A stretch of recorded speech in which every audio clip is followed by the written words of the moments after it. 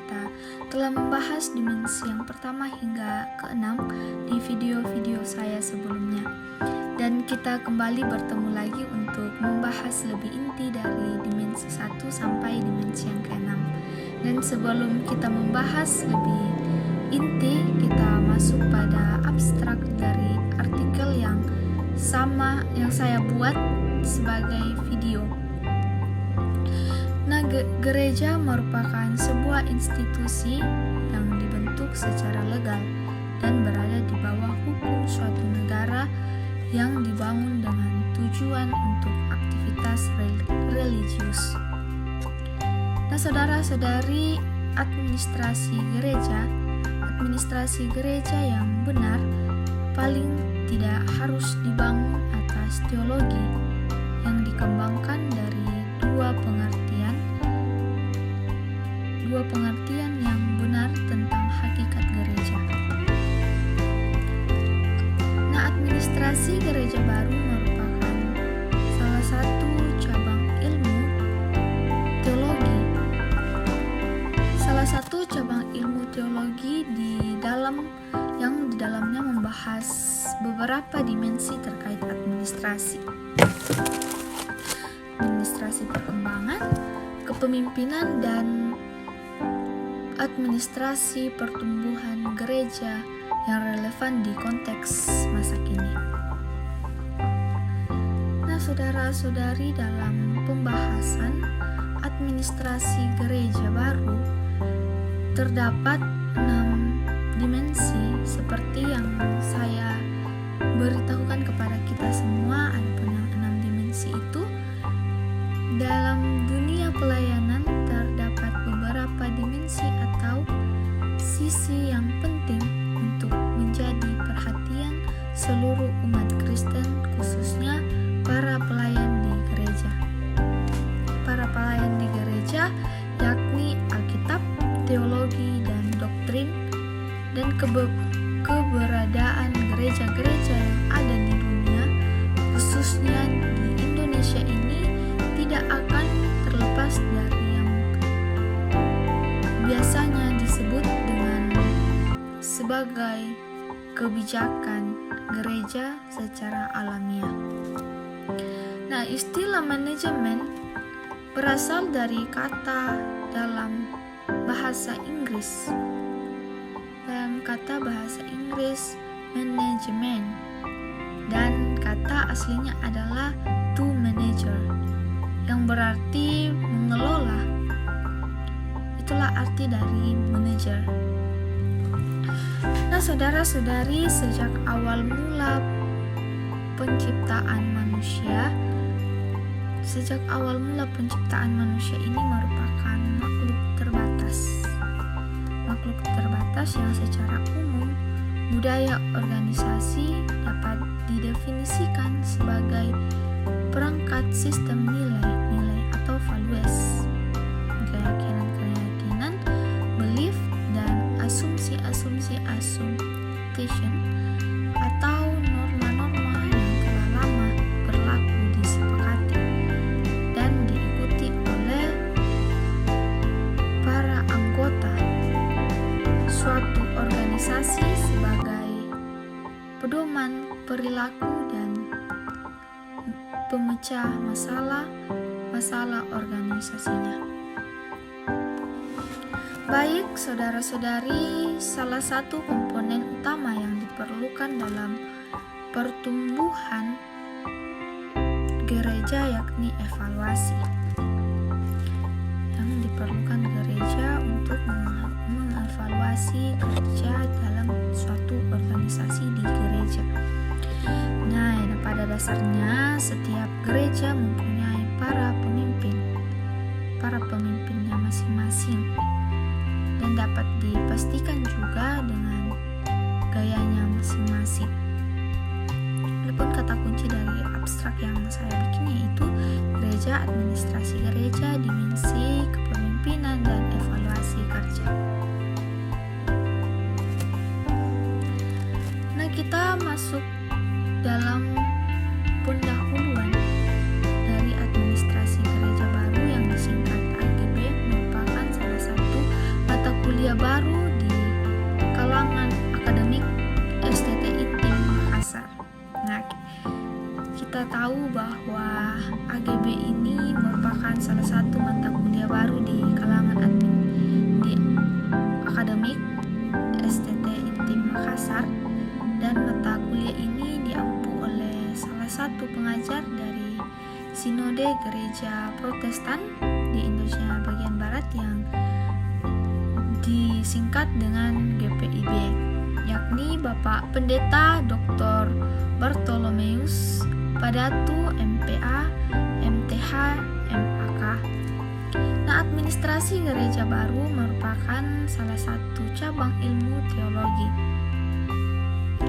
Teologi yang di dalamnya membahas beberapa dimensi terkait administrasi. Administrasi perkembangan, kepemimpinan, dan pertumbuhan yang relevan di konteks masa kini. Nah, dalam era sebelumnya, gereja-gereja yang ada telah mempunyai sistem administrasi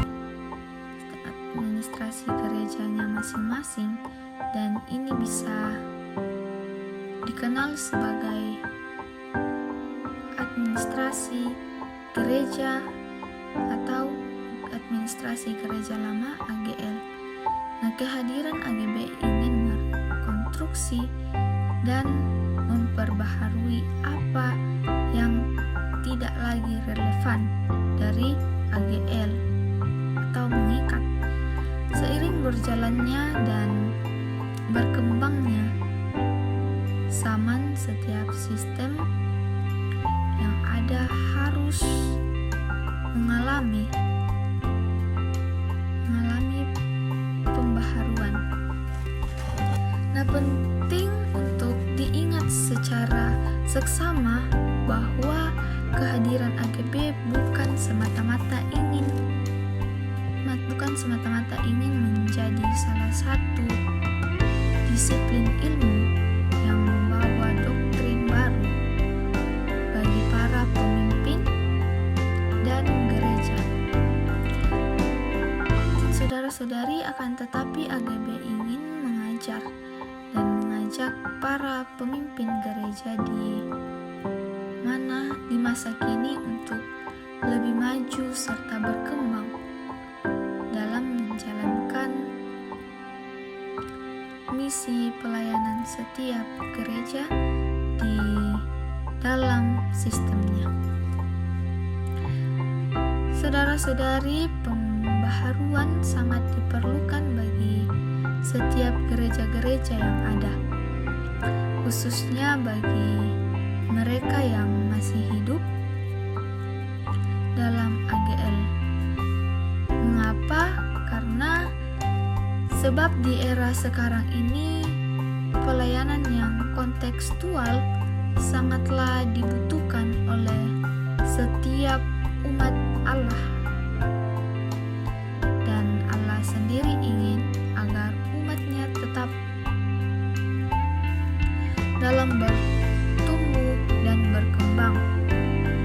Dan oleh sebab itu, dalam AGB terdapat beberapa dimensi yang akan dipaparkan dalam makalah ini, khususnya dalam menjelaskan lebih rinci lagi tentang bagaimana isi administrasi gereja baru.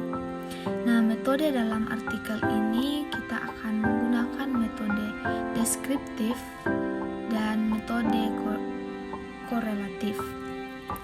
Metode deskriptif yang saya gunakan bertujuan membuat atau membantu memusatkan perhatian terhadap persoalan-persoalan aktual yang terjadi di dalam administrasi dan manajemen. Kepemimpinan anggota jemaat gereja di dalam dimensi-dimensi administrasi gereja baru dalam dimensi terkait administrasi, perkembangan, kepemimpinan, dan pertumbuhan gereja yang relevan di konteks masa kini. Nah, metode ini juga berperan penting dalam mendalami masalah yang didasari pada fakta dan data berdasarkan informasi tentang administrasi gereja masa kini. Nah, saudara-saudari, metode korelatif sendiri merupakan metode yang menghubungkan satu variabel dengan variabel lainnya. Metode korelatif ini berperan dalam menambah kepastian serta relasi dari teologi kepemimpinan, ekologi, dan evaluasi kerja terhadap anggota gereja. Nah, dalam pembahasan, kita masuk dalam pembahasan kita pada dimensi ini, dimensi-dimensi yang telah kita bahas di video-video sebelumnya, dan akan kita bahas lagi kembali dalam video ini untuk membahas lebih inti atau lebih rinci dari dimensi kemarin. Dan saya akan mulai dari dimensi Alkitab, teologi, dan doktrin. Dimensi ini sangat saling berkaitan dalam pelayanan dan tujuan peran yang sama, yakni bagaimana menciptakan wujud pelayanan menurut administrasi gereja baru. Bapak Ibu, dengan demikian dimensi ini sangat penting karena sangat dibutuhkan dalam menjalankan pelayanan, baik itu pelayanan setiap individu Kristen, khususnya sebagai pelayan gereja. Nah, dalam kehidupannya umat Kristen harus bersedia untuk melayani, terlepas dari pendapatan, usia, atau kedudukan sosial.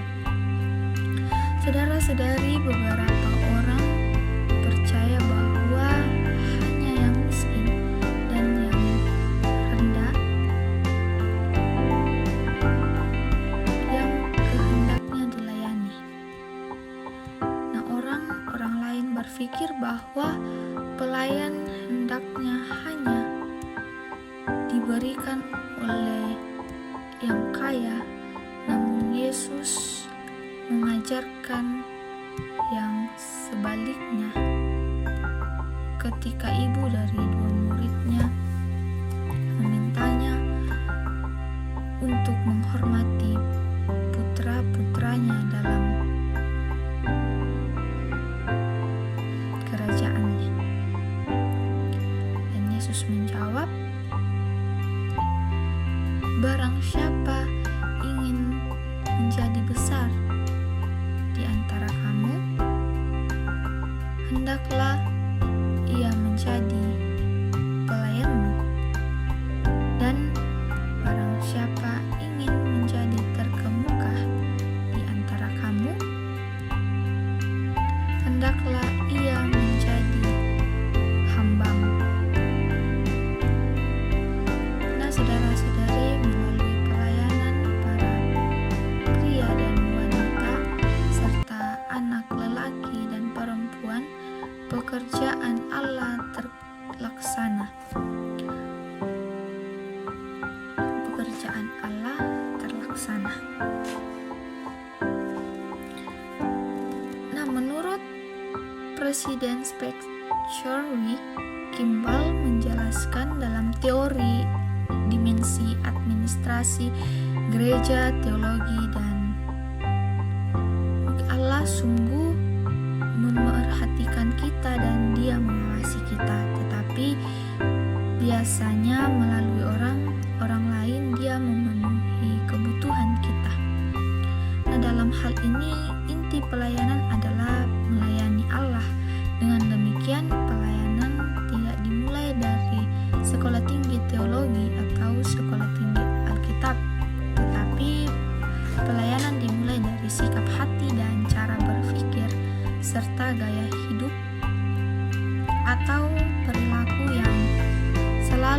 sesuai dengan keinginan Allah setiap hari sehingga sungguh-sungguh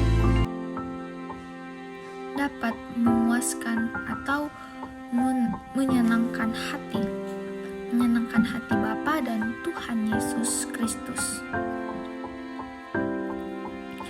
Nah, saudara-saudari, dalam dunia pelayanan terdapat beberapa dimensi atau sisi yang penting untuk menjadi perhatian seluruh umat Kristen. Nah, khususnya para pelayan di gereja, yakni Alkitab, teologi, dan doktrin. Adapun penjelasan terkait 3 dimensi atau sisi yang telah disebut di atas adalah sebagai berikut. Yang pertama, Alkitab. Alkitab adalah kitab suci orang Kristen. Sebagaimana orang-orang berkepercayaan lain memandang kitab sucinya masing-masing.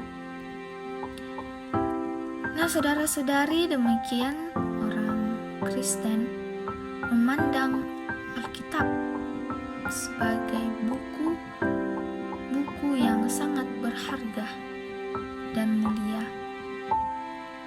Nah, kata Bible atau Alkitab berasal dari bahasa Latin dan Yunani yang berarti kitab. Nama yang pantas karena Alkitab adalah kitab bagi semua orang,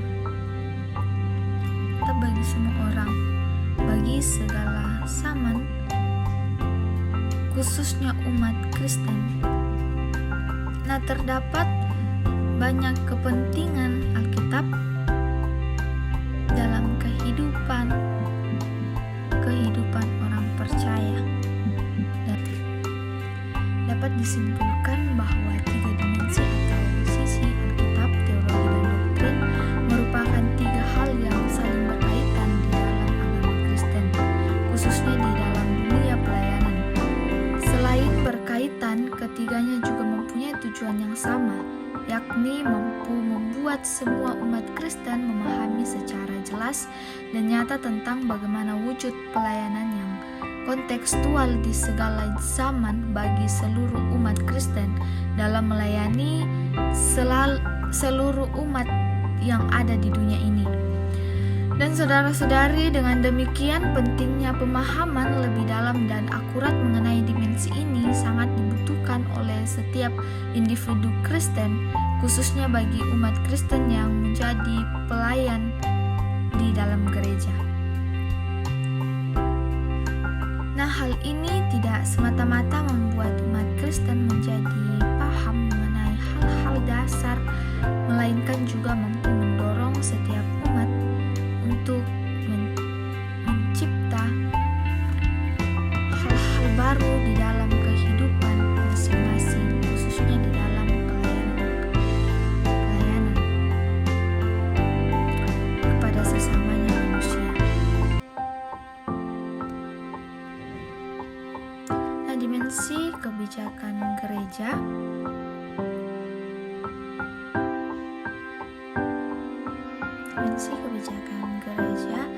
menjadi salah satu upaya dalam mewujudkan gereja yang ideal. Sangatlah penting bahwa gereja harus berusaha memperhatikan dan mengenali dengan maksimal setiap sesamanya atau masyarakatnya, pergumulan, masalah, keinginan, dan kebutuhannya. Gereja harus berjejaring dengan seluruh komponen atau bagian masyarakat guna membangun masyarakat seperti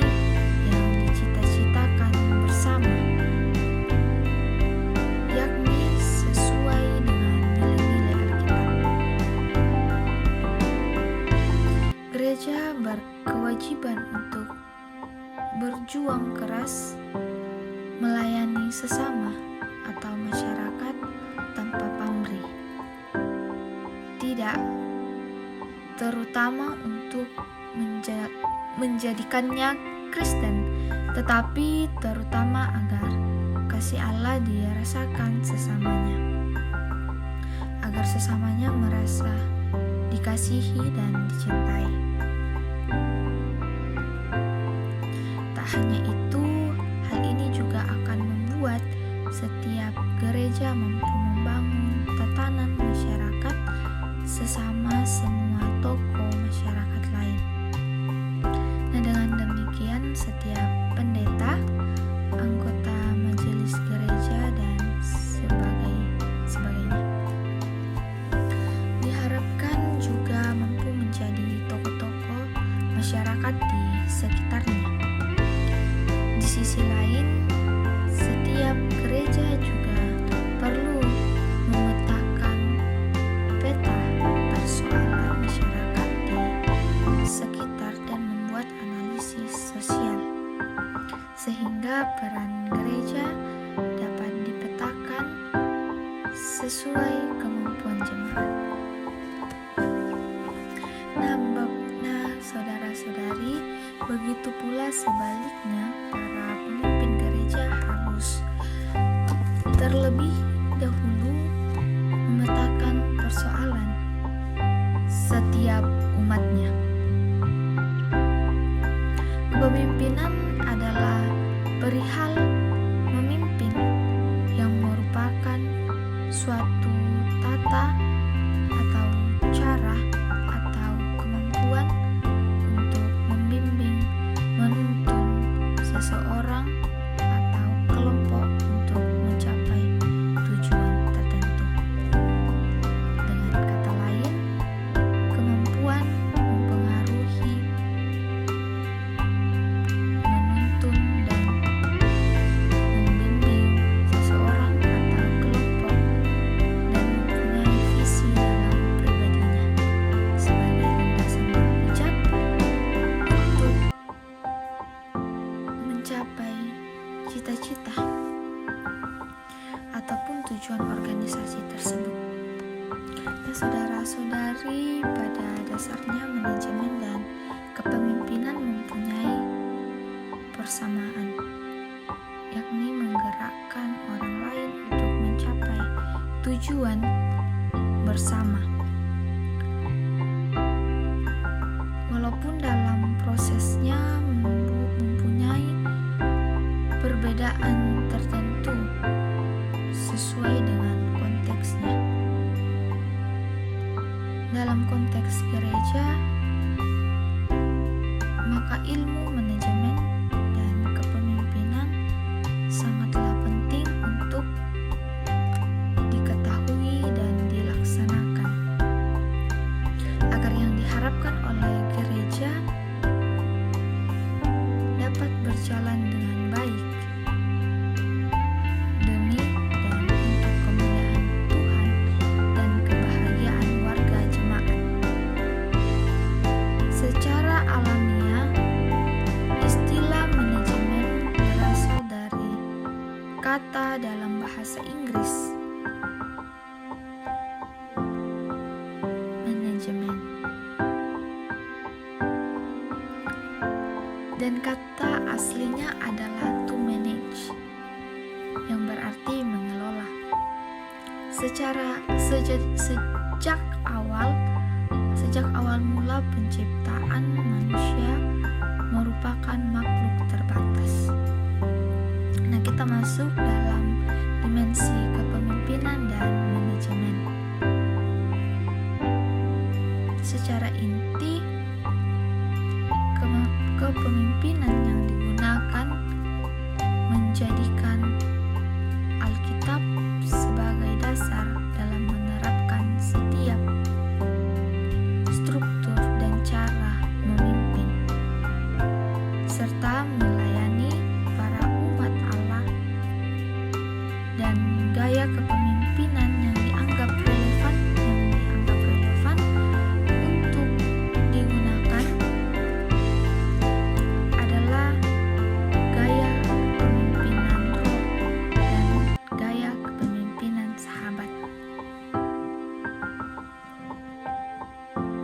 Semua itu dikarenakan kedua gaya tersebut secara penuh membuat para pemimpin sadar bahwa tugas dan tanggung jawab yang dilakukan secara langsung untuk memuliakan dan menyenangkan Allah. Ketika manajemen gereja telah dikolaborasikan dengan dua gaya kepemimpinan di atas, maka dapat dipastikan bahwa kehidupan para pemimpin dan umat di dalam gereja akan harmonis. Bahkan setiap struktur dan program yang telah dibuat oleh setiap pemimpin akan dapat terlaksana dengan lancar dan semua umatnya akan merasakan dengan nyata kasih Allah di dalam dunia ini. Budaya organisasi sebagai penentuan kemajuan setiap jenis organisasi dengan maksud mengalami pelaksanaan tugas panggilan gereja secara terbatas.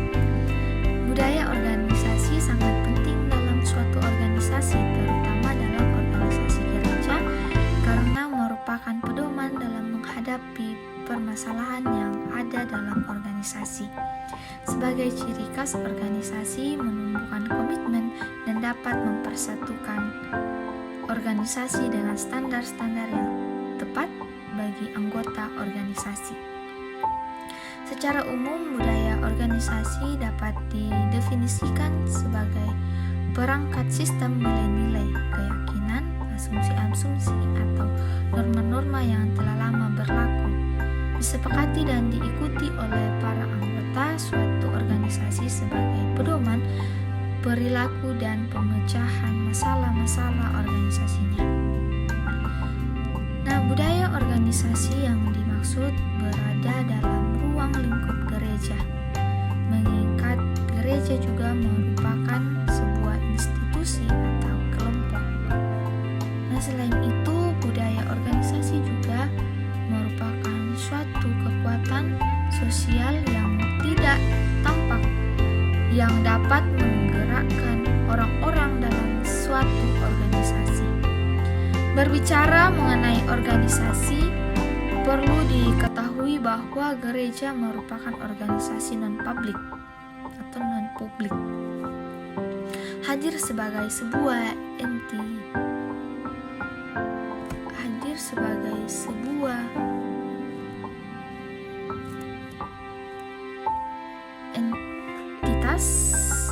spiritual dan entitas sosial. Gereja sebagai organisasi non-publik membutuhkan kinerja sumber daya manusia yang handal dalam melaksanakan tugas dan tanggung jawab organisasi untuk mencapai tujuan, yakni mewujudkan kerajaan Allah dalam dunia. Oleh karena itu, gereja perlu mendapat dukungan dari suatu kepemimpinan yang baik.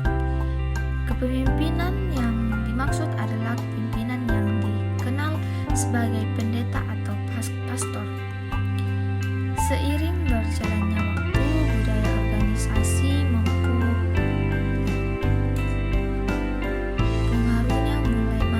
pengaruhnya mulai masuk ke dalam kehidupan bergereja, dan hal ini membawa dampak yang beragam di setiap gereja yang ada. Dalam budaya organisasi, seorang pemimpin tak dapat lepas dari dua hal yang biasa disebut sebagai otoritas. Ada dua otoritas yang sering muncul dalam budaya organisasi gereja, yakni otoritas posisi dan fungsi. Tidak ada yang salah dari dua otoritas ini, namun keduanya menjadi salah bila disalahgunakan untuk kepentingan pribadi seorang pemimpin. Nah, saudara-saudari, perkembangan budaya di dalam gereja terus berkembang hingga saat ini, dan hal itu harus dapat dikontrol agar tetap sesuai dengan isi kitab suci, yakni Alkitab. Mengapa demikian? Karena sebab budaya yang berkembang dalam lingkup setiap organisasi atau gereja akan dan perilaku para anggotanya. Budaya organisasi sangatlah penting dalam suatu organisasi, sebab budaya organisasi mampu menjadi pedoman menghadapi permasalahan yang ada dalam organisasi,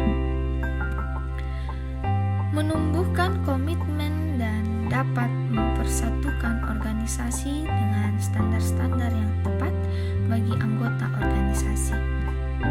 Nah, saudara-saudari, adanya budaya organisasi diharapkan dapat mencukupi setiap kebutuhan dan mengembangkan seluruh strategi dalam mengelola budaya organisasi dalam lingkup gereja. Akan tetapi alangkah lebih baiknya budaya organisasi yang ada dalam setiap gereja tetap menjaga keutuhan dari budaya gereja yang telah ada sejak dahulu. Nah, dengan maksud bahwa budaya organisasi yang diterapkan oleh pemimpin gereja tidak sampai mengurangi budaya yang pada dasarnya telah ada dalam gereja. Budaya gereja dapat didefinisikan sebagai serangkaian nilai Kristiani yang muncul dalam bentuk perilaku kolektif jemaat dan anggota jemaat, yaitu pengejawantahan nilai.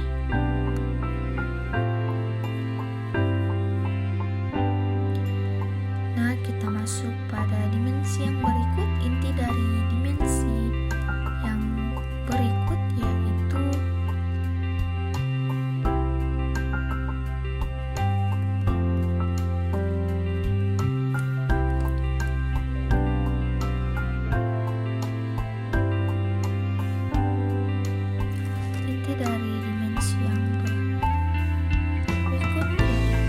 nilai Kristiani suatu jemaat dalam perilaku bersama warga jemaat dan nilai-nilai yang ada dalam hati, pikiran, perilaku, dan kehendak, sehingga menjadi mindset